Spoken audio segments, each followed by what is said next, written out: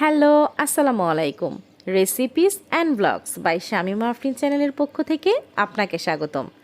আমার আজকের আয়োজনে আপনাদের জন্য থাকছে মিষ্টি কুমড়া ভাজি রেসিপি। প্রথমে মিষ্টি কুমড়া কেটে ধুয়ে নিয়েছি, এবারে এটাকে ভাজি করব। ভাজি করার জন্য চুলায় কড়াই বসিয়ে তাতে গরম করে দিয়ে দিচ্ছি তেল।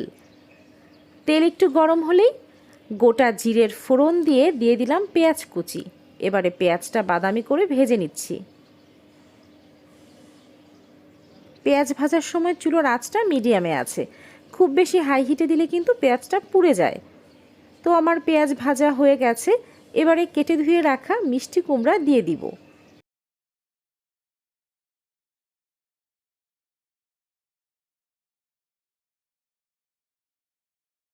ভালোভাবে নেড়ে দিচ্ছি। এই মিষ্টি কুমড়া ভাজি হতে কিন্তু আমার সময় লেগেছে মাত্র 15 মিনিট।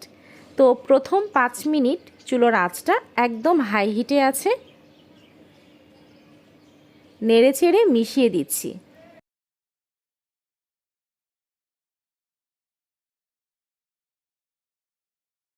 দিলাম 1 চা চামচ লবণ আর 1 চা চামচ হলুদ।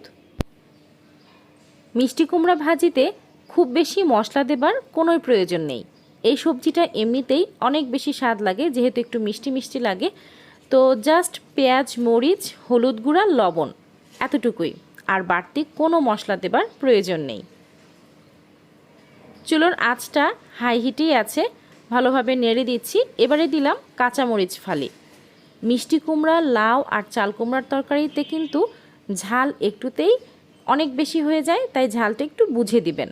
এখানে গুঁড়ামরিচ দেবার কোনো প্রয়োজন নেই, কাঁচামরিচেই হয়ে যাবে। এবারে ঢাকনা দিয়ে ঢেকে চুলার আঁচটা হাই থেকে এবারে লো মিডিয়ামে করে দিচ্ছি। এদিকে পাশের চুলায় আমি ঝটপট রুটি ছেঁকে নিচ্ছি, যাতে করে 15 মিনিটের মধ্যেই আমার সকালের নাস্তা একদম রেডি হয়ে যায়। আমি কিন্তু আগের দিন রুটি বানিয়ে সেগুলোকে হালকা ছেঁকে ঠান্ডা করে তারপর এরকম এয়ারটাইট বক্সে করে নর্মাল ফ্রিজে রেখে দেই। এটা 8-10 দিন ভালো থাকে। তো আমি সপ্তাহে একদিন আমার হেল্পিং হ্যান্ডকে দিয়ে রুটি বানিয়ে এভাবে আমি ফ্রিজে রেখে দিই। এতে করে সকালবেলা ঘুম থেকে উঠেই খুব ঝটপট নাস্তা করে ফেলা যায়। আসলে ঘুম থেকে উঠেই অনেক বেশি রান্নাবান্না করতে কিন্তু কারোরই ভালো লাগে না।